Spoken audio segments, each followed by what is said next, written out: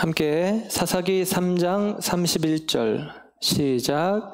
에훗 후에는 아낫의 아들 삼갈이 있어 소모는 막대기로 블레셋 사람 600명을 죽였고 그도 이스라엘을 구원하였더라. 아멘. 5장 6절 시작.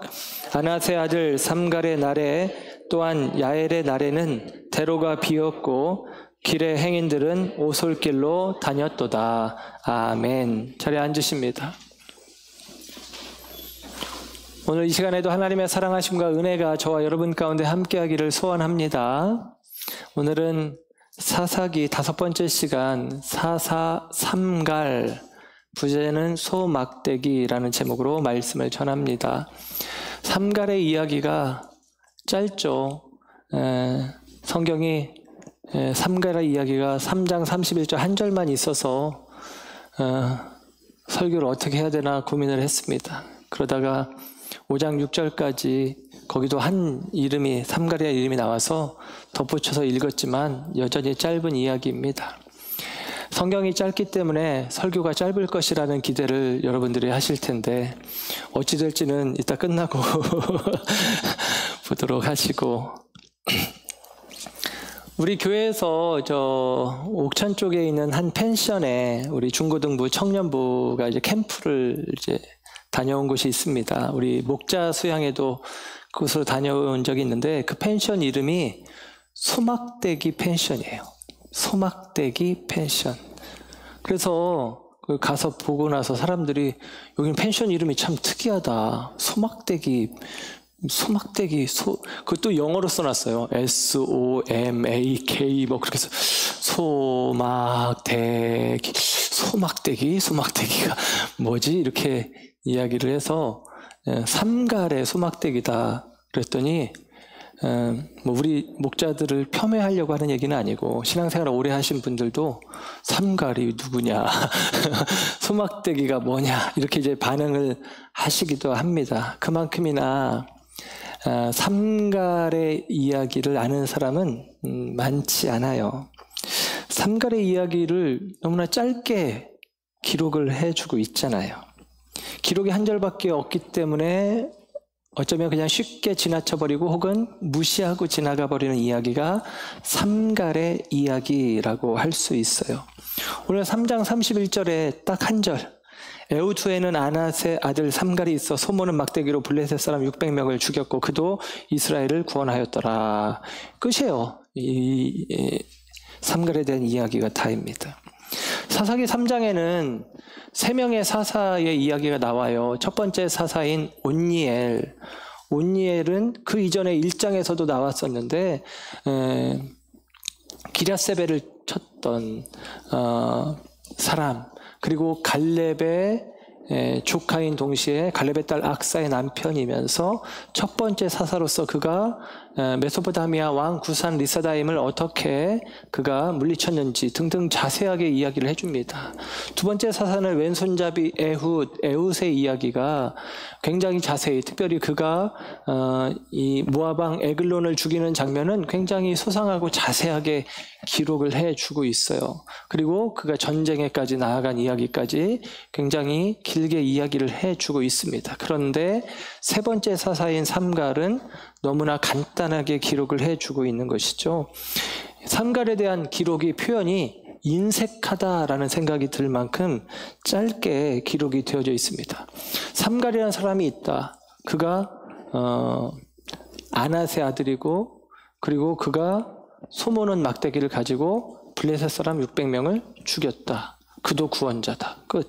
이것입니다. 삼갈이 한 일을 보면 대단해 보이기도 해요. 소모는 막대기를 가지고 블레셋 사람 600명을 죽였다고? 와, 할 수도 있는데, 이제 사사기 읽다 보면 뒷부분에 가면 삼갈과 비슷한 이름 삼손이 나오는데, 삼손은 나귀턱뼈를 가지고 1000명을 그냥 죽여버렸다라는 이야기가 나옵니다.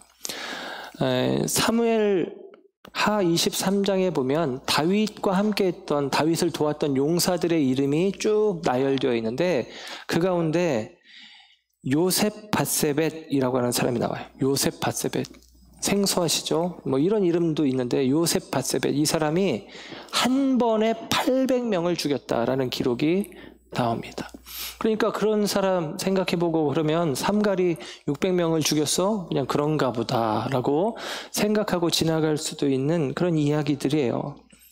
그만큼이나 삼갈은 드러나지 않아요. 게다가 오늘 삼갈의 이야기가 너무 짧아서 도움을 얻기 위해서 함께 읽었던 5장 6절의 말씀을 읽었는데 거기 삼갈의 이야기가 나오는데 사사기 5장은 삼갈 다음의 사사인 드보라라는 사사, 그리고 그를 도왔던 군대 장관이라고 할 수 있는 바락이라고 하는 사람이 부른 노래예요. 노래 가사가 쭉 기록이 되어 있는데 승전가죠. 승전가를 불렀는데 그 승전가의 한 마디가 5장 6절에 두 번째 우리가 읽은 본문이죠. 이렇게 기록이 되는 거예요.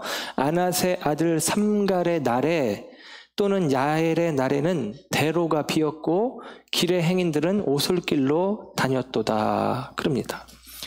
이 말이 어떤 말이냐면 삼갈이 사사로 있을 동안에는 사람들이 대로로 못 다니고 오솔길로 다녔다. 큰 길로 못 다니고 뒷골목으로 피해 다녔다. 그 이야기를 하는 거예요. 그러면 삼갈을 생각해 볼 때 삼갈은 유명무실한 사람, 별로 영향력 없는 사람, 삼갈이 있는데도 이스라엘 백성들이 이렇게 피해 다녔으면, 대적들을 피해 다녔으면 삼갈이 별로 한 일이 없겠구나라는 생각이 들게 기록이 되어져 있어요. 근데 여러분, 성경에 삼갈을 폄하하기 위해서 이렇게 기록하진 않았어요. 다만 삼갈의 역할이 그 정도였다라고 이야기를 해줄 뿐입니다. 그는 굉장히 못났거나 부족하거나 뭐 하나님이 그를 들어쓰시지 않았다라는 이야기가 아니라 삼갈과 함께 나온 야엘이라고 하는 여자는 이 드보라 이야기, 다음에 우리가 살피게 될 드보라 이야기에 나오는 굉장히 중요한 키플레이어 같은 역할을 했던 사람이 야엘이에요. 그가 이제 적장 시스라를 이 장막 말뚝으로 찔러 죽이는 역할을 합니다. 전쟁에서 제일 중요한 것은 적장을 죽이는 거잖아요. 지난 시간에 살폈던 에훗이 에글론 왕을 죽인 다음에 이스라엘 군대를 일으키는 거예요. 하나님께서 에글론을 내 손에 넘기셔서 물리쳤다. 그러니 이제는 우리가 담대하게 일어서자 해서 그때서 비로소 싸우는 거거든요. 적장을 죽이는 것이 굉장히 영향력 있는 일인데 야엘이 그 일을 한 사람입니다. 그런데 삼손과 야엘의 날이라고 이야기를 하는 것은 삼손을 그냥 단지 폄하하는 이야기가 아니라 삼손이래, 죄송합니다. 삼갈. 이름이 저도 이렇게 생소해요. 삼갈을 폄하하기 위해서 이야기하는 것이 아니라 삼갈의 역할이 그만큼 제한적인 역할이었지만 그러나 굉장히 의미가 있는 것들임을 우리에게 이야기를 해준다고 생각을 합니다. 삼갈은 다른 사사들이 그 시대적인 배경이나 전쟁 상황이나 결과 등에 대해서 소상하게 기록한 것에 반해서 그냥 아주 짧게 블레셋 사람 600명을 소모는 막대기로 죽였다라고 하는 한 절의 기록으로 이제 대비되게 기록을 해주고 있어요. 그러나 여러분, 이 이야기 속에서 우리가 한 시간을 하여 삼갈의 이야기를 살피면서 저와 여러분 가운데 또 다른 배움과 익힘과 깨달음들이 은혜가 더하여지기를 주님의 이름으로 축원합니다. 예수님이 마가복음 4장 22절에 이런 말씀을 하셨어요. 드러내려 하지 않고는 숨긴 것이 없고 나타내려 하지 않고는 감추인 것이 없느니라. 드러내려 하지 않고는 숨긴 것이 없고 나타내려 하지 않고는 감추인 것이 없느니라. 이 부정문을 긍정문으로 바꾸면 이런 거예요. 드러내기 위해서 숨겼고 나타내기 위해서 감추었다라고 이야기를 하는 것입니다. 드러내기 위해서 숨겼고 나타내기 위해서 감추었다. 참 역설적인 말인데 이 이야기 하나면 다 이해가 됩니다. 우리 야외 예배 같은 거 가면 사람들이 다 좋아하는 게임 행사가 하나 있는데 보물찾기를 해요. 보물찾기를 하면 보물이 적혀있는 쪽지를 숨겨두잖아요. 숨겨두는 목적이 뭐예요? 찾으라고. 그래서 예를 들면 어른들은 좀 다르지만 아이들, 예를 들면 아이가 더 어릴수록, 예를 들면 우리 예꽃교회 유치부 아이들에게 보물찾기를 한다. 그러면 어디 뭐 나뭇가지 위에 돌멩이 밑에 넣어놓지 않아요. 애들이 그거 뒤지지 않거든요. 그냥 보이는데 돌 밑에가 아니라 돌 옆에, 나뭇가지 위에가 아니라 나무 앞에 그냥 이렇게 놓는 거예요. 그러면 아이들이 그것을 돌아다니면서 찾죠. 찾고 보물을 얻게 되는 거예요. 선물을 받게 되는 거죠. 여러분, 보물찾기를 하면서 이거 못 찾았으면 좋겠다, 찾지 말아라, 그런 마음으로 숨기는 사람이 있을까요? 아니죠. 다 찾고 좋은 선물들 다 받고 행복했으면 좋겠다, 이런 마음으로 보물찾기를 하는 것입니다. 선생님이 아이들에게 시험 문제를 낼 때 시험 문제를 내면서 다 틀렸으면 좋겠다, 이 문제 우리 아이들이 못 풀었으면 좋겠다, 이런 마음으로 시험 문제를 낼까요? 그동안 열심히 공부하고 가르고 닦은 실력으로 이 시험 문제를 다 풀어서 적어도 우리 아이들은 좋은 성적을 얻었으면 좋겠다, 100점 맞았으면 좋겠다, 이런 마음으로 시험을 내는 거 아니겠습니까? 여러분, 그렇게 주님께서 말씀하신 바 우리 가운데 드러내기 위해서 숨긴 것, 나타내기 위해서 감춘 것이 있다라는 거예요. 숨겨지고 감추어진 것 중에 드러나야만 하는 것, 나타나야만 하는 것이 있는데, 저는 어쩌면 오늘 우리가 읽고 있는 이 삼갈의 이야기가 우리 가운데 숨겨진 이야기지만 드러나고, 감추어졌던 이야기지만 나타나고, 간과하고 지나갔던 이야기지만 우리 가운데 의미 있게 다가오는 시간이 되어지기를 기대하고 소원합니다. 하나님께서 보배를 성경 곳곳에 감추어 놓고서 우리들에게 숨겨놓았다, 이제 찾아라 라고 말씀하시는 것 같아요. 그리고 하나하나 그 보물을 찾아가면서 또 때로는 우리 가운데 익숙하지 않은 그 낯선 이름들과 낯선 이야기 속에서 발견하는 진리가 저와 여러분 가운데 깊은 즐거움이 되고 깨달음이 되고 은혜가 되어질 줄로 기대합니다. 오늘 삼갈의 이야기를 통해서 저와 여러분이 함께 은혜 받기를 축복합니다. 삼갈에 대한 기록 가운데 우리가 먼저 성경을 펴시고 3장 31절이 삼갈의 이야기인데, 그 앞에 2대 사사인 에웃의 이야기의 결론을 잠깐 읽겠습니다. 30절, 3장 30절. 그날에 모압이 이스라엘 수하에 굴복하매 그 땅이 80년 동안 평온하였더라. 아멘. 에웃 사사로 말미암아 그 땅에 80년 동안 평온이 찾아왔습니다.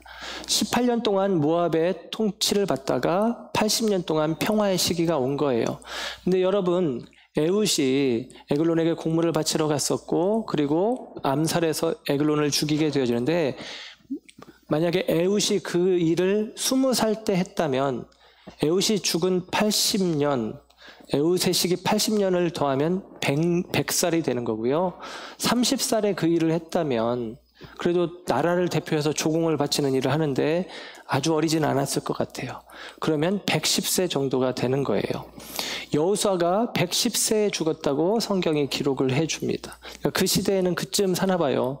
요즘 우리도 이제 그 시대를 버금가는 100세 시대를 살아가게 되어지는데, 그런데 100세 혹은 110세의 에웃이라고 생각을 해보면, 그가 물론 아직 살아있기 때문에 그의 영향력 아래 통치를 하고 있지만, 우리 식으로 표현하면 마치 레임덕 현상과 같이 그의 영향력이 곳곳에 미치지 못하는 그와 같은 불안한 상황들이 있을 것입니다.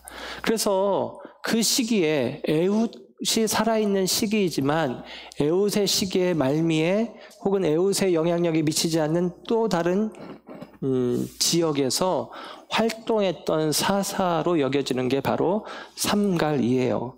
오늘 본문 다음에 31절 다음에 4장 1절에 가면 이렇게 기록이 돼요. 4장 1절, 에훗이 죽으니 이스라엘 자손이 여호와의 목전에서 악을 행하였고, 4장 4절로 가면 그때에 랍비돗의 아내 여선지자 드보라가 이스라엘의 사사가 되었는데, 그럽니다.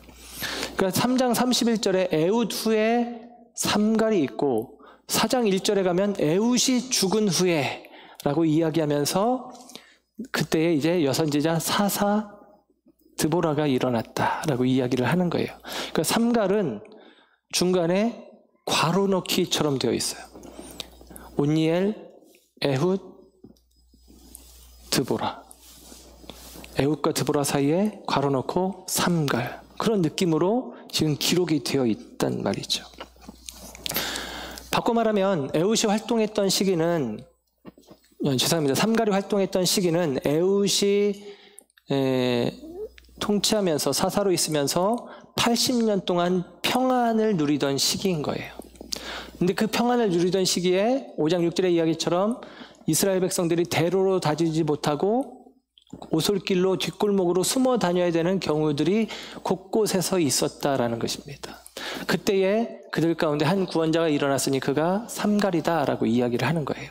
여러분, 우리 신앙도 이런 경우들이 있어요. 분명히 승리 상황이고 분명히 평화의 시기이지만 우리 가운데 우리 앞에 어려운 문제들이 있는 경우들이 있다라는 것입니다.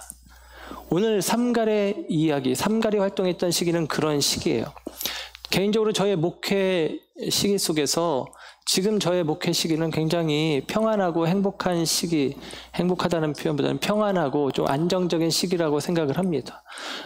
많은 성도님들이 지지해 주시고 사랑해 주시고 동행해 주시고 함께 해 주시는, 그리고 교회도 아름답게 성장해가는 과정 가운데 참 평안해요. 그러나 평안하기만 하냐? 그 평안의 시기 속에 문제가 있고 어려움이 있어요.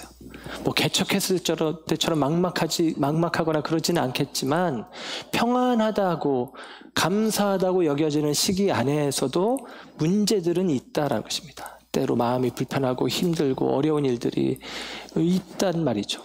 이게 저만이 아니라 우리의 인생 속에 우리가 예수 그리스도를 믿고 주님 안에서 주시는 주님의 샬롬의 시간을 우리가 살아가면서도 때때로 우리 인생 가운데 작은 파도처럼 일렁이는 문제들이, 어려움들이 우리 가운데 많이 있다라는 것입니다. 그때에도 하나님은 하나님의 사람들을 통해서 사사 삼갈 같은 인생들을 통해서 우리 가운데 도움을 주시기도 하시고 은혜를 베푸시고 그 작은 문제에서마저도 우리를 건져내시고 우리를 더욱더 평안의 자리에 굳건히 서게 하시는 분이 우리 하나님이시다라는 사실입니다. 그 하나님의 은혜가 저와 여러분 가운데 있다라고 하는 사실이죠. 이 삼갈에 대한 프로필이 되게 간략합니다. 아낫의 아들 삼갈, 이렇게 이야기합니다. 에웃의 후에 아낫의 아들 삼갈. 아낫의 아들이라는 말이 갖는 의미가 있어요. 그냥 아낫이라는 사람의 아들이라고 이야기할 수도 있겠지만 이 아낫이라고 하는 말이 굉장히 특이한 말이거든요. 이 아낫은 우상의 이름이에요. 우리가 아스다롯이라고 말씀을 드렸죠. 이 가나안 신 엘이라고 하는 제우스와 같은 엘신, 그리고 엘신의 아내 역할을 하는 아세라, 그리고 둘 사이에서 태어난 아들신이 바알입니다. 풍요와 번영이고 그리고 가나안 땅의 주신 역할을 하는 거예요. 엘과 아세라 사이에 태어난 이 바알의 아내 역할을 하는 것이 아스다롯인데, 아스다롯은 누이 동생이면서 아내인 거예요. 근데 이 아스다롯의 다른 이름이 여러 이름들로 쓰여지는데 그 가운데 하나가 아낫입니다. 그래서 아스다롯이라는 이름을 갖고 있는 거예요. 전쟁의 신이라고 하는 그런 별칭을 갖고 있습니다. 전쟁에 능한 신. 그래서 이 아낫의 아들이라고 하는 의미가 싸움을 잘한다는 의미로 이해하기도 하지만 그런 의미는 아닌 것 같아요. 예전에는 벳 아닷이라고 하는, 벳은 집이고 아낫은 이 표현이거든요. 그래서 벳 아낫이라고 하는 지명의 장소가 있어요. 갈릴리 북쪽에.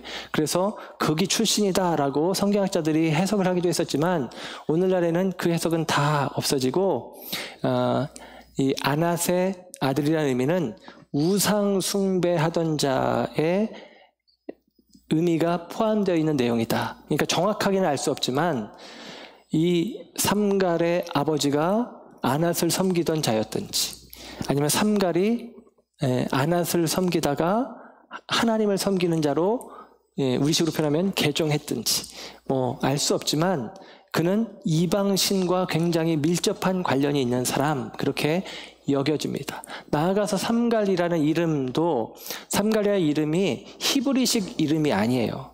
히브리식 이름이 아니고 이방 민족의 이름인 거예요. 그래서 그 이름을 이렇게 보면서 삼갈의 이름 뜻을 제가 좀 궁금해서 알아보려고 했는데 어디에도 제대로 된 확실한 뜻이 없어요. 그만큼이나 삼갈이 베일에 쌓여 있는 사람인데 그 이름이 이방식 이름이다라고 하는 사실이에요.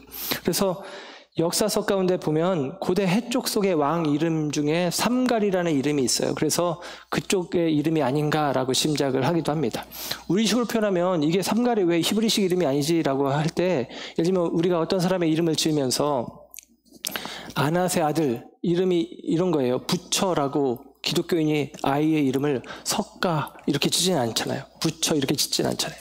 그리고 우리가 아이의 이름을 지을 때 예를 들면 요즘에 좋은 이름들 맞잖아요. 뭐 우리 하성이 다 우리 하자 하나님 들어가는 하성이, 하진이, 하민이, 하영이, 하경이 등등 우리 부목사님 전사님 애기들인데 예를 들면 이렇게 이름을 짓지 이름을 나카무라 이렇게 짓진 않잖아요.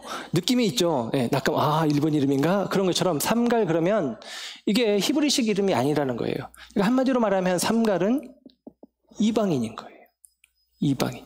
이방인이 이스라엘의 사사가 되고 이방인이 이스라엘의 구원자가 되는 거예요. 참 하나님이 일하시는 방식이 참 특이해요. 우리가 오니엘 이야기하면서도 오니엘이 그나스의 아들 오니엘 그리고 갈렙의 조카라고 했는데 그들이 다 겐 족속에 해당된다고 여기거든요. 겐 족속은 모세의 장인 이드로에 속하는 족속인데 거기도 어쨌거나 태생은 이방인이에요. 히브리 정통 아브라함의 자녀들이 아니란 말이죠. 그런데 그들이 히브리 백성에게 포함되어서 그들 가운데 하나님이 들어쓰시는 구원자들이 일어나기도 한다는 것이 하나님의 역설이기도 합니다.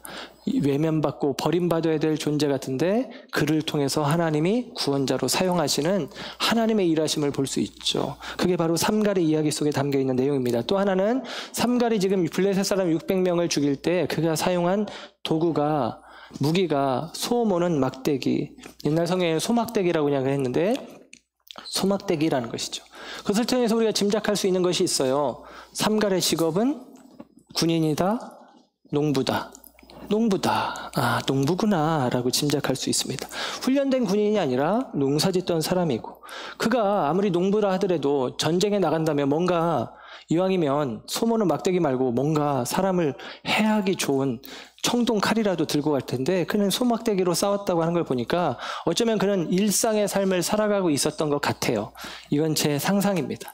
일상의 삶을 살아가다가 블레셋 사람들이 쳐들어오니까 그들을 맞서 그 동네 사람들을 보호하며 싸웠을 것으로 짐작이 되어지는 거예요. 여러분 우리의 신앙생활에 그런 경우들이 많습니다. 우리가 일상을 살아가는 거예요.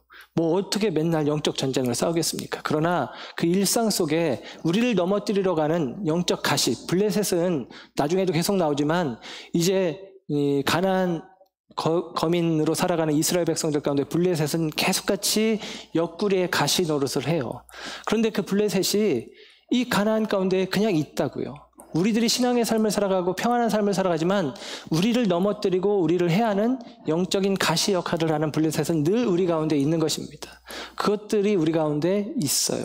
그래서 우리는 일상 속에서 그것들이 힘들고 어렵지만 일상 속에서 그것들과 또한 싸워내고 이겨내면서 우리들의 일상을 살아내는 것입니다. 삼갈은 마치 또 그런 존재로 살아가고 있다라고 하는 사실입니다. 삼갈이 사역했던 시기는 평안의 시기, 에웃이 다스리던 시기, 그러니까 농사를 평안하게 짓고 있었겠죠. 그러나 그의 생애에서 평안만 있었던 것은 아니라 가시가 있었고 불편한 일들이 있었고 대적이 있어서 그는 끊임없이 싸우고 있었다라는 사실입니다. 저와 여러분도 우리가 그리스도 안에서 우리가 이미 승리 안에 평안 안에 거하지만 영적 싸움을 계속같이 싸워가는 것이고 일상 속에서 믿음으로 일상 속에서 신앙으로 승리하는 일들이 저와 여러분 가운데 있어지기를 주님의 이름으로 축원합니다. 소모는 막대기로 싸웠대요. 소모는 막대기. 김은숙 작가가 만든 드라마는 공전의 히트를 기록을 하죠. 근데 이번에 더 킹이라고 하는 부제도 있던데 부제는 까먹었네. 더 킹이라고 하는 드라마가 있는데 이른바 폭망한 드라마입니다. 그 폭망한 드라마를 제가 보고 있어요. 근데 저만 보는 게 아니라 우리 교회 이제 박순선 전사님도 예꼬 전사님도 보시는데 예꼬 전사님은 이제 그걸 굉장히 이제 재밌게 보시면서 그 지난번에 나왔던 장면 중에 하나가 그런 장면이 있습니다. 그러니까 여자를 구하기 위해서 이 다른 세계 왕 역할을 하는 왕 주인공이 말을 타고 막 달려가서 말에서 내려서 그 대적들을 칼로 싹 이렇게 물리치고 그 다음에 칼을 딱 맡기고 달려가서 자기 연인을 딱 이렇게 끌어안는 장면. 라스트 씬이죠. 마지막 굉장히 멋있는 장면입니다. 근데 그 장면을 보고 나서 이런 말씀을 하셨어요. 굳이 왜 차가 아니라 말을, 굳이 왜 총이 아니라 칼을, 그런 이야기를 하셨습니다. 공감이 확 되더라고요. 왜냐하면 그 장면 가운데 보면 이미 다 총 들고 있고 경찰차들이 주변에 꽉 차 있거든요.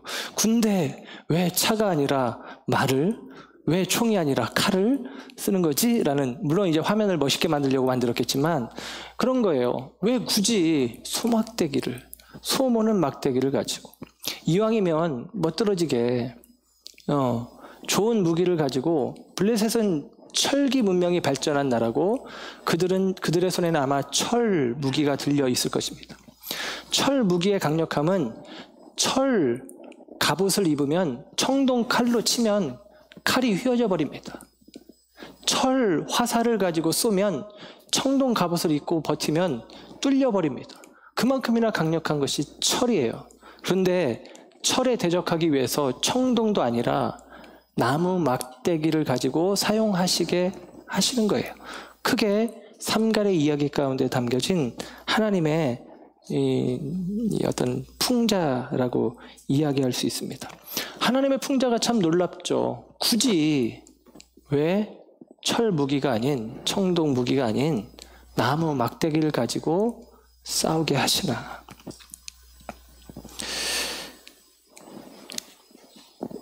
고고학적으로 발견되어진 소몰이 막대기는 끝부분에 쇠로 만들어진 이 뾰족한 못 같은 창 모양이 되어 있고 갈고리 모양이 되어 있습니다. 제가 주보에 순서지 하단에 실어준 그 모양이에요.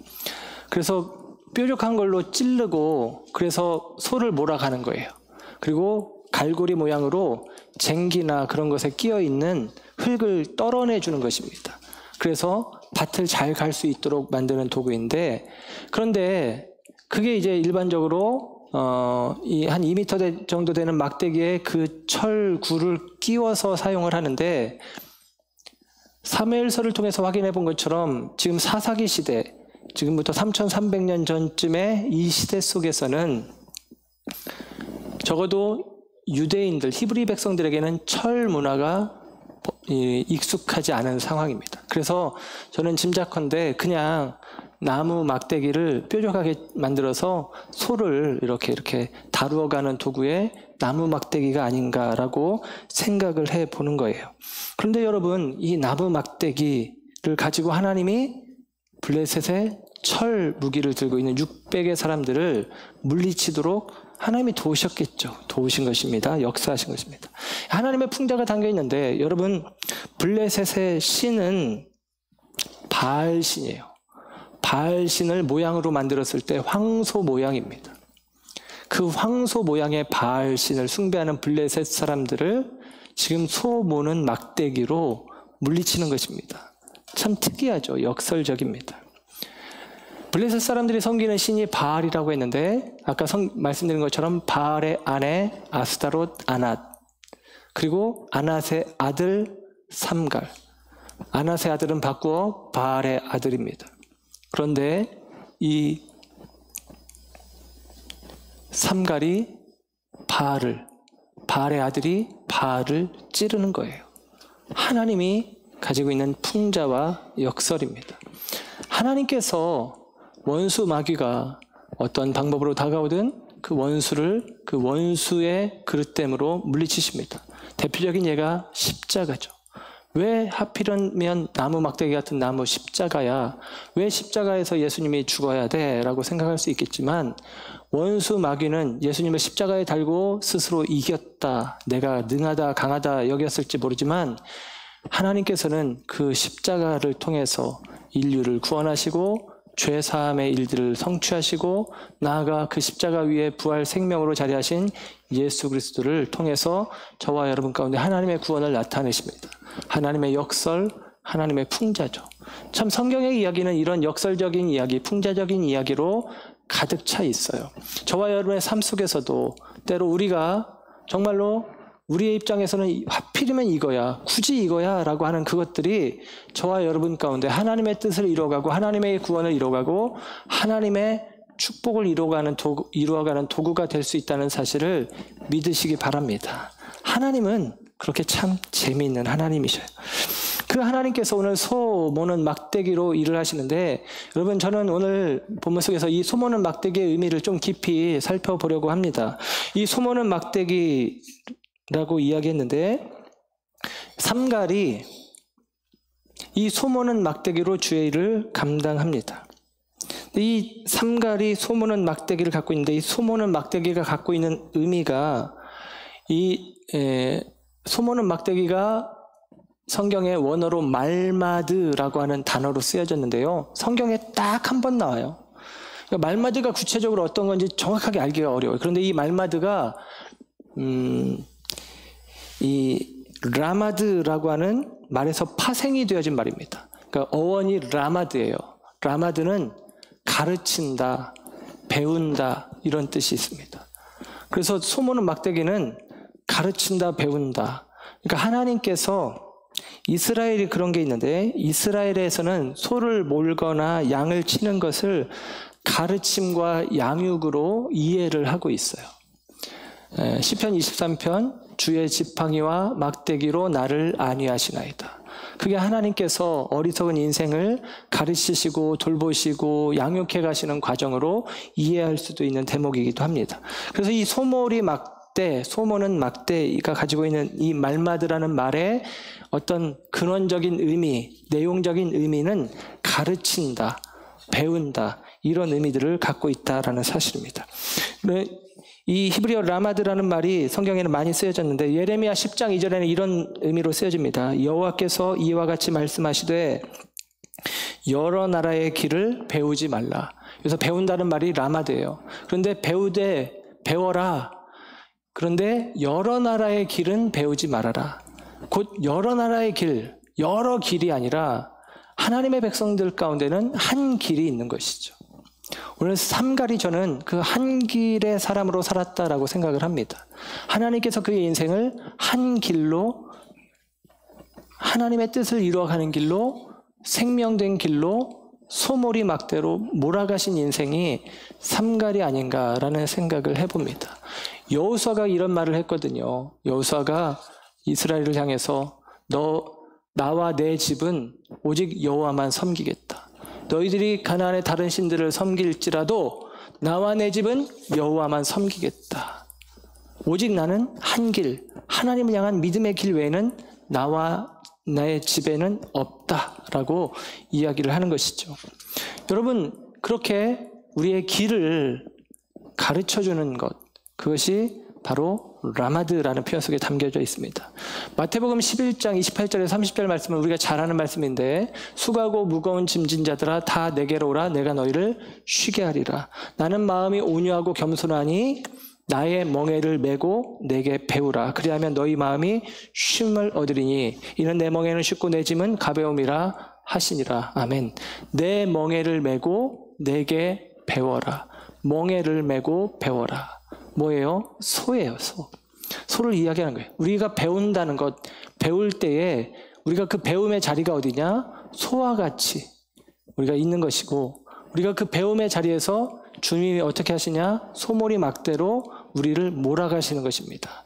여러 길이 아니라 한 길로, 그릇된 나의 길이 아니라 주님이 제시하시는 생명된 길로 우리를 몰아가시는 것이죠. 히브리어 동사 이 라마드가 굉장히 특이한 말이에요. 가르친다, 배운다라는 뜻이 있다고 했는데 이상하게 생각했어야 됩니다. 근데 아무도 이상하지 않은가 봐요. 그런가 보다라는 것이죠. 여러분, 가르치는 것은 가르치는 거고 배우는 것은 배우는 것입니다. 히브리어 말고 다른 모든 언어들에서는 가르친다는 말과 배운다는 말은 엄격하게 다르게 구별해서 씁니다. 그런데 히브리어는 가르친다, 배운다라는 말이 한 단어 안에 포함되어 있는 거예요. 일반적으로 쓸 때는 배운다라는 말이고, 강조형, 피해령이라고 하는 강조형으로 쓸 때는 가르친다라는 말로 쓰여지는 것입니다. 한 단어에 두 가지 뜻. 물론 배운다, 가르친다가 한 카테고리의 형식을 갖고 있지만 그 내용은 전혀 상반된 내용이잖아요. 가르친다, 배운다. 반대의 내용인데 이것이 한 단어에 쓰이고 있는 것이 굉장히 특이합니다. 이 히브리인들의 통찰이라고 할 수 있는데, 중국의 예기라고 하는 책에 학기편에 이런 사자성어가 있습니다. 교학상장. 교학상장. 가르칠 교, 배울 학, 서로상, 클장. 이 말의 의미는 가르치는 것과 배우는 일이 혹은 교사와 학생이 서로 돕는다라는 의미를 가지고 있습니다. 이런 말이 나온 까닭은 배운 연후의 부족함을 알고 가르친 연후에야 어려움을 알게 되었다라고 하는 통찰에서 나온 말이래요. 그러니까 제가 보니까 이런 거예요. 알기 전에 몰랐을 때는 몰랐거든요. 근데 배우고 나니까, 알고 나니까, 깨닫고 나니까 와, 이게 만만한 게 아니구나 라고 느껴지는 게 있습니다. 제가 그전에는 몰랐는데 가르치고 나니까 더 어려움이 느껴져요. 왜냐하면 아는 것과 가르치는 것은 또 다른 것이, 가르치고 나면 그런 마음들이 늘 듭니다. 내가 가르치긴 했지만 내가 그렇게 살아내지 못하고 있는데 라고 하는 힘든 마음이 드는 것이죠. 그래서 배우는 것과 가르치는 것, 가르치는 것과 배우는 것이 서로 돕는 거죠. 좋은 학생 밑에 좋은 학생을 통해서 좋은 선생님이 있는 것이고, 좋은 선생님 밑에 좋은 학생이 있는 것입니다.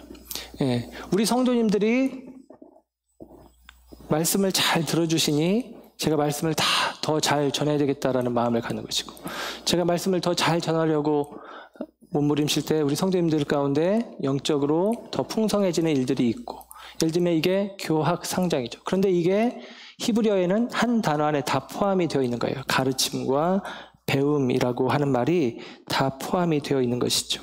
이 소모는 막대기라는 말 안에 이런 의미들이 다 포함이 되어져 있다라고 하는 사실입니다. 그래서 저는 이 삼갈의 손에 들려진 이 소모는 막대기, 이게 이 소모는 막대기를 가지고 블레셋 사람을 쳤다는 얘기는 하나님께서 모세의 손에 들려진 지팡이를 통해서 일하게 하셨던 것처럼 삼갈의 손에 들려진 소모는 막대기를 하나님이 들어 쓰신 거거든요. 하나님의 손에 들려진 소모는 막대기인 동시에 삼갈의 손에 들려진 소모는 막대기라는 사실을 우리는 생각해 볼 수 있습니다. 그래서 여러분, 이 소모는 막대기를 통해서 우리는 생각해 볼 수 있어요. 특별히 우리가 사사기를 보면서 제가 손이라고 하는 모티브로 사사기에 있는 사사의 이야기를 설명해 드리고 있습니다. 계획했던 것은 아닌데 그렇게 이해가 되더라고요. 올해 표어가 주님의 손에 붙잡힌 삶이라는 표어를 가지고 사사기의 말씀을 주제로 다루는데, 이제까지 배운 사사기를 손이라는 개념으로 다시 정리해서 설명을 드리면 이렇습니다. 하나님께서 이스라엘 백성들을 애굽에서 건져내셔서 홍해를 건너게 하시고 요단강을 건너게 하셨어요. 절대적인 하나님의 주권에 의해서입니다. 하나님이 이스라엘의 손을 붙잡고 이끌어 가신 거예요. 그리고 가나안에 들어가서 가나안에 거민들을 남겨두고 시험하는 도구로 삼으셨다고 했어요. 그 시험을 통과하기 위해서 우리는 복임에, 길갈에 세운 돌을 복임에서도 세워야 된다. 우리들의 신앙의 삶에 이 하나님의 구원의 역사의 흔적을 기억의 매개체로 세워야 된다라고 말씀을 드렸습니다. 그 의미는 뭐냐면 하나님이 물으시는 거예요. 이제까지 내가 너희를 이끌고 이 축복의 땅 가나안에 데려왔는데 너희들이 이제 선택해라. 내 손을 붙잡을래? 아니면 이방 신의 손을 붙잡을래? 나의 손을 붙잡을 것이냐? 다른 손을 붙잡을 것이냐? 물어보는 것이죠. 그때 우리에게 첫 번째 사사 온니엘, 여호와만 나의 힘이시다. 온니엘은 고백하는 것입니다. 하나님만 나의 힘, 나는 하나님만 붙잡겠습니다. 그리고 두 번째 사사 에훗, 왼손을 붙드시는 하나님의 오른손.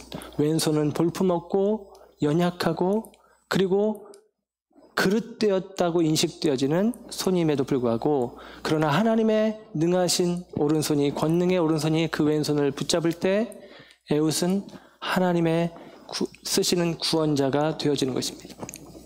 그런 의미들이 있는 거예요. 다음의 이야기도 제가 손으로 풀어가길 원합니다. 오늘 본문에 나오는 삼갈의 모습은, 그 삼갈의 이야기를 손으로 이야기한다면 소막대기를 통해서 이야기하는 그 의미는 하나님의 손에 붙잡혀진 소막대기는 우리를 몰아가는 손이요, 삼갈의 손에 붙잡혀진 소막대기는 이것을, 내 것을 그에게로, 너에게로 건네주는 손이라고 이해가 되어집니다. 그 의미를 조금 설명을 드리겠습니다. 몰아가는 손, 소막대기로 몰아가는 것이죠. 사도행전 26장에 가면 사도 바울이 전도 여행을 마치고 붙잡힙니다. 예루살렘에서. 그래서 아그리빠 왕에게도 신문을 받거든요. 아그리빠 왕에게 자기가 어떻게 예수의 증인이 되었는지, 예수 믿는 사람을 박해하던 삶이 예수의 증인된 삶으로 바뀌었는지를 설명을 해줘요. 그때 사도행전 9장에 나오는 사도 바울이 다메섹 도상에서 예수님을 만나는 장면을 설명합니다. 그 설명하는 장면 가운데 예수님을 만났을 때 예수님이 이렇게 자기에게 이야기했다는 거예요. 사울아, 사울아, 너 왜 나를 박해하느냐? 나는 네가 박해하는 예수다. 이게 9장에 나온 얘기거든요. 그런데 9장에 없는 얘기가 하나 덧붙여지는데 이런 표현이 나옵니다. 사도행전 26장 14절, 가시채를 뒷발질하기가 뇌게 고생이니라. 가시채를 뒷발질하기가 뇌게 고생이니라. 이 표현이 나와요. 여기서 말하는 이 가시채가 소모는 막대기의 뾰족한 부분입니다. 그러니까 하나님께서 사울을 바울 되게 하시는 과정 가운데 소모는 막대기로 몰아가시는데, 그래서 스데반을 통해서 그리고 크리스찬들을 통해서 사울을 바울 되게 하시는, 하나님의 일꾼으로 사도로 세워가시는 모리가 있단 말이에요. 그런데 사울은 계속같이 예수 그리스도를 믿는 사람들을 박해하는 형식으로 뒷발질을 해대는 것입니다. 자기를 몰아가는 예수님에게. 뒷발질을 해서 예수님이 너 왜 나를 박해하느냐라고 말하지만 실상 뒷발질하는 사울의 뒷발 뒤에는, 발 뒤에는 뭐가 있느냐? 가시채가 있는 거예요. 그러니까 그 뒷발질하면서 사울이 상하는 것입니다. 찢어지고 깨어지는 것이죠. 그 과정을 통해서 깨닫는 것인데 주님 말씀하시는 거예요. 왜 뒷발질하느냐? 몰아가는 대로 가라. 너를 내가 쓰겠다라는 것이죠. 때로는 우리 가운데 이런 일들이 있어요. 주님이 우리를 몰아가시는 손길로, 여러 길이 아니라, 그릇된 길이 아니라 생명의 길이와 한 길로 우리를 몰아가시는데 우리는 그게 불편하고 싫습니다. 내 뜻이 아니니까. 그래서 자꾸 뒷발질하는데 그러면 여러분 징계만 있을 뿐이에요. 상처만 받습니다. 그러나 여러분 그 몰아가시는 길을 우리가 충실하게 순종하여 따라가면 저와 여러분 앞에 생명이 있는 것이요, 주의 칭찬이 있는 것이요, 주님의 쓰임받는 사도 바울과 같은 은혜가 우리 가운데 있는 것입니다. 바울은 그 사실을 고백해내고 있어요. 오늘 하나님의 손이 저와 여러분들을 몰아가는 것입니다. 제 인생도 보면 제가 뜻을 정하고 길을 정하고 방향을 정하고 그대로 달려가며 한결같이 달려가며 흔들리지 않고 달려간 게 아니에요. 수많은 넘어질 만한, 수많은 견나갈 만한 시간들이 있었지만 하나님께서 제 인생을 사로잡아 제 인생을 생명된 길로, 그리고 참으로 복되고 참으로 가치 있고 의미 있는 삶으로 몰아가셨다라고 고백할 수밖에 없습니다. 그 손길이 오늘 저와 여러분 가운데 있는 거예요. 오늘 삼가를 세워가신 그 손길이 오늘 저와 여러분 가운데 하나님의 손길로 있습니다. 이것을 믿으시기를 주님의 이름으로 축원합니다. 두 번째로는 이 삼갈의 손에 들려진 소막대기는 건네주는 손이라고 말씀을 드렸죠. 어떤 의미냐면 이런 의미입니다. 삼갈의 이야기가 아까 이야기한 것처럼 에우투에 삼갈이 있고 삼갈이 가로쳐져 있고 그 다음에 드보라가 있는 거예요. 드보라는 여자입니다. 예수님 시대의 이야기 가운데 오병이어를 통해서 이야기했지만 여자와 아이를 제외하고 5,000명. 유대인들의 생각 속에 여자는 숫자에도 넣지 않아요. 여자는 중요하지 않습니다. 그런데 예수님 시대보다도 1300년을 더 거슬러 그 옛날의 사사기 시대에 여자들은 중요하지 않아요. 출애굽할 때도 장정만 60만 명 등등 기록을 합니다. 그런데 여자가 사사가 되는 거예요. 우리 식으로 여자가 대통령이 되고 총리가 되는 거예요. 요즘은 여자 총리가 잘하고 여자 대통령이 잘하는 일들이 많아요. 뭐 여자가 못하겠습니까? 그런 생각 아쓰세요. 그런 쓸모없는 생각 하지 마시고 여자가 잘한다, 여자가 최고다, 여자가 낫다 이렇게 생각하시면 돼요. 그런데 3300년 전에는 아니란 말이죠. 그런데 그가 사사가 한순간에 되어지는 것이 아니라 삼갈이라고 하는 이방인이요, 아낫의 아들이요, 겨우 목동이요, 목동이 아니지 농부요, 보잘것없는 사람이요, 그 사람이 사사 역할을 하면서 사람들은 배운 것입니다. 그리고 삼갈을 통해서 가르치는 거예요. 삼갈도 쓰신다, 소막대기도 쓰신다. 그러니 드보라도 쓰실 수 있다. 드보라도 쓰신다. 라고 사람들에게 알려주는 것입니다. 베드로가 예루살렘에서 주로 활동을 하는데 한 소식이 들립니다. 요빠에 있는 다비다라고 하는 아주 좋은 여제자가 있는데 이 사람이 길쌈하는 일, 바느질하는 일을 해가지고 주변에 가난한 사람들을 구제하고 먹여 살리는 아주 선한 일을 하는 사람인데 이 여제자가 병이 들어서 죽게 되었다는 것입니다. 그러니까 베드로 선생님 와서 다른 사람을 몰라도 이 다비다는 좀 살려주세요. 제발 살려주세요. 그 이야기를 듣고 베드로가 갔어요. 그리고 다비다가 죽었는데 다비다를 살려줍니다. 다비다를 살려주고 나서 그 요빠라고 하는 성읍에 무두장이 시몬이라는 사람의 집에 갑니다. 요빠에 갔고 요빠의 다비다를 살려주고 요빠에서 무두장이 시몬의 집에 가는데 무두장이 시몬, 무두장이는 가죽장이고 가죽장이는 죽은 짐승의 가죽을 만지는 사람이고 유대인들의 입장에서 죽은 짐승을 만지는 일은 부정해진 일이고 부정한 자와 함께하면 부정해지는 것입니다. 베드로의 입장에서 철저한 유대인인 베드로의 입장에서 무두장이 시몬과 함께 그 집에 거주하는 것은 자기를 부정하게 하는 일입니다. 그런데 그가 그 일을 해요. 그리고 그 무두장이 시몬의 지붕에서 환상을 봅니다. 그 환상은 하늘에서 보자기가 내려오는데 그 보자기 안에 부정한 음식들이 담겨져 있어요. 하나님의 음성이 들립니다. 먹어라. 안 돼요, 하나님. 이거 못 먹는 음식이에요. 성경이 금한 음식이에요. 율법이 먹지 말라고 했어요. 먹어라, 먹어라. 정하다, 정케되었다. 그래서 먹어요. 그 이야기가 있고 나서 그 환상의 이야기 뒤에 이어지는 이야기가 뭐냐면 고넬료의 집에서 초대가 오고 고넬료의 집으로 갑니다. 그리고 고넬료의 집에서 고넬료에게 세례를 베풀어요. 성령이 임합니다. 고넬료는 이방인입니다. 이제까지 유대인들의 관점에서 이방인에게는 성령이 임하지 않는다, 이방인에게는 구원이 없다라는 생각이 베드로의 생각이었는데 그의 생각이 그 사건을 통해서 바뀌어집니다. 그런데 여러분, 그 과정 속에 그게 그냥 우연히 되어진 일이냐? 주님이 몰아가시는 거예요. 그를 다비다를 통해서 요빠에 있는 시몬의 집으로, 무두장이 시몬을 통해서 그의 마음이 변화되고 누그러지고 그리고 복음 안에서 확장되어져 가는 것입니다. 그리고 이윽고 결과적으로 이방인에게 세례를 주는 과정으로 이끌어가는 거예요. 하나님의 몰아가시는 손길입니다. 그래서 베드로를 통해서 이방인에게 복음이 전해진 일들이 드러나고 나타나는 것입니다. 유대인들 가운데 새로운 이해와 깨달음이 들어가는 것이고 유대인들 가운데 그들에게 국한되어진 복음이 아니라 그들에게 국한되어진 하나님의 은혜가 아니라 온 세상에 미치는 복음이 온 세상 가운데 나타나야 될 하나님의 은혜임을 알게 하시는 과정, 그 과정입니다. 오늘 삼가를 마치도 그와 같은 과정 속에 있는 거예요.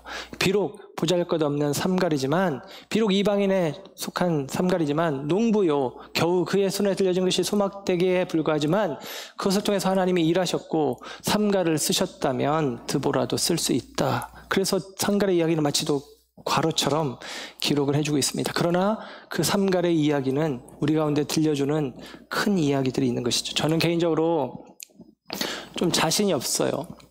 좀 자신감이 없어서 예전에 그런 얘기를 드렸죠. 제가 좋아했던 예수님의 성경 인물 안드레 좋아하는 분 있습니까? 별로 없을 거예요. 안드레는 베드로하고 비견되는 인물입니다. 베드로의 형제이면서 베드로는 한 번 설교하면 3,000명, 5,000명이 돌아오는데 안드레는 베드로 예수님께 데려가고 물고기 2마리, 보리떡 5개 들고 있는 어린아이 예수님께 데려가고 거의 그게 다예요. 근데 저는 저를 작게 보는 사람이다 보니까 어렸을 때 신학을 하면서도 너는 어떤 목회자가 될래? 그럴 때 저는 안드레요. 이렇게 자신감이 없어서 한 얘기예요. 지금은 좀 달라졌어요. 그런데 안드레요. 이렇게 했거든요. 근데 삼갈이 마치 그런 느낌이 아닌가 싶어요. 근데 그가 한 일이 적은 일이냐? 그가 한 일이 가치 없고 의미 없는 일이냐? 전혀 아니다라는 것입니다. 우리 시대를 살아가며 우리들은 큰 것, 위대한 것, 그런 것들의 마음을 빼앗깁니다. 큰 일, 위대한 일들에 매료당하는 경향들이 있어요. 그래서 우리는 큰 일이라고 하는 큰 대자를 붙여둔 것을 좋아하죠. 교회 이름도 우리가 이렇게 짓잖아요. 제1교회, 우리가 1등이야. 제1교회. 중앙교회, 우리가 중간이야. 우리가 중심이야. 최고야. 중앙교회. 큰 땡땡교회, 땡땡 큰 교회. 예를 들면 이런 식으로. 예. 작은 교회 이렇게 이름 짓는 거 없잖아요. 네. 그게 이제 우리들의 생각이죠. 12명의 사사가 사사기에 나오는데 이 사사 12명을 6명씩 구분을 합니다. 대사사, 소사사. 소사사는 삼손이 처음 오늘 나온 사람이고요. 소사사는 삼손, 돌라, 야일, 입산, 엘론, 압돈. 이 소사사예요. 마이너 사사라고 해요. 그 다음에 대사사, 메이저 사사가 있어요. 이것은 처음 나왔던 온니엘, 에훗, 그 다음에 드보라, 기드온, 그 다음에 나오는 이제 입다, 그리고 마지막 삼손. 예를 들면 제가 소사사는 다 보고 얘기해야 되잖아요. 안 이어지거든요. 근데 대사사는 그래도 우리가 익숙하게 알아요. 이야기가 많이 기록되어 있기 때문입니다. 소사사, 대사사는 그 일이 크냐 작냐 보다는 기록이 많냐 적냐로 구분이 되어집니다. 때로는 자세하게 기록되지 않고 많이 기록되지 않고 적게 기록되고 한두 줄로 기록되었을 수 있겠지만 그를 통해서 우리에게 들려주는 이야기가 있는 것입니다. 그도 쓰셨으니 너도 쓸 것이다. 하나님이 그 인생을, 그 볼품없고 보잘것없는 인생을 들어 쓰셨으니 그와 같은 하나님의 손길을 믿고 인정하고 따라가면 너의 삶 가운데 복된 일들이 있을 것이고 생명된 일들이 있을 것이고 너로 말미암아 또한 건네주는 손으로 다른 사람에게 가르침을 줄 수도 있다는 것입니다. 하나님의 몰아가는 손, 그 손에 들려진 막대기, 그리고 자기 손에 들려진 하나님의 이 능력을 더 보잘것없고 더 연약해 보이는 드보라의 손에 건네주며 하나님의 권능을 위임해내는 삼갈의 이야기가 본문의 이야기입니다. 배움이라고 하는 의미의 하나님의 손의 막대기는 이것을 이야기합니다. 작은 것도 하나님은 쓰신다. 볼품없는, 아무것도 아닌, 합당하지 않은 삼갈, 그의 손에 들려진 겨우 소막대기, 굳이 그 소막대기를 하나님은 쓰신다. 가르침이라는 의미로 내 손에 들려진 소막대기는 다른 사람을 향하여 우리가 이야기해 주는 것입니다. 너도 하나님은 쓰신다. 삼가에 대한 표현이 이거예요. 블레셋 사람 600명을 죽였으니 그도 구원자다. 다 다른 데는 그는 구원자라고 하는데 삼갈에게는 그도 구원자다. 근데 이게 얼마나 은혜가 되는 말인지 모릅니다. 이 말이 나에게 적용하면 이렇게 되는 거 아니에요? 나도 그렇게 쓰임받을 수 있구나. 나 같은 사람도 이렇게 쓰임받을 수 있구나. 이거 아니겠습니까? 바울은 고백합니다. 고린도전서 15장 8절에 만삭되지 못해서 난 자 같은 내게도 하나님이 계시를 허락하셨다. 디모데에게 이런 이야기를 합니다. 죄인 중에 내가 괴수인데 하나님 나를 사도로 쓰셨다. 나와 같은 자도 쓰셨는데 너는 오죽하겠느냐, 이것입니다. 여러분, 저와 여러분이 오늘 삼가를 통해서 이 은혜 가운데 있길 원합니다. 젊은 목사님들을 섬기는 목목모 모임이 있는데 제가 가진 마음 중에 하나가 이 마음이길 원합니다. 우리 교회가 커졌으니까 나는 대사사야가 아니라 저는 삼갈 같은 마음으로 이야기할 수 있습니다. 나 같은 사람도 하나님이 쓰셔서 이렇게 나 같은 사람 통해서도 이렇게 귀한 일들을 이루어 가시는데 내가 보니까 목사님들은 전도사님들은 나보다 훨씬 훌륭하다. 나보다 훨씬 잘할 것 같다. 나는 하나님이 몰아오셔서 여기까지 왔지만 당신들은 하나님께 뜻을 두고 열심히 사역하고 목회하려고 하는데 하나님이 당신들을 분명히 쓰실 것이다. 이 이야기를 들려주고 싶은 것입니다. 여러분, 저와 여러분의 삶 속에 하나님의 몰아가심의 은총이 있기를 기대하고 그 몰아가시는 손길이 깨달아졌을 때 나를 몰아가신 것처럼 그도 몰아가실 것을 삶을 통해서 웅변해내는 그리고 선포해내는 저와 여러분의 삶이 되기를 주의 이름으로 축원합니다. 기도하겠습니다.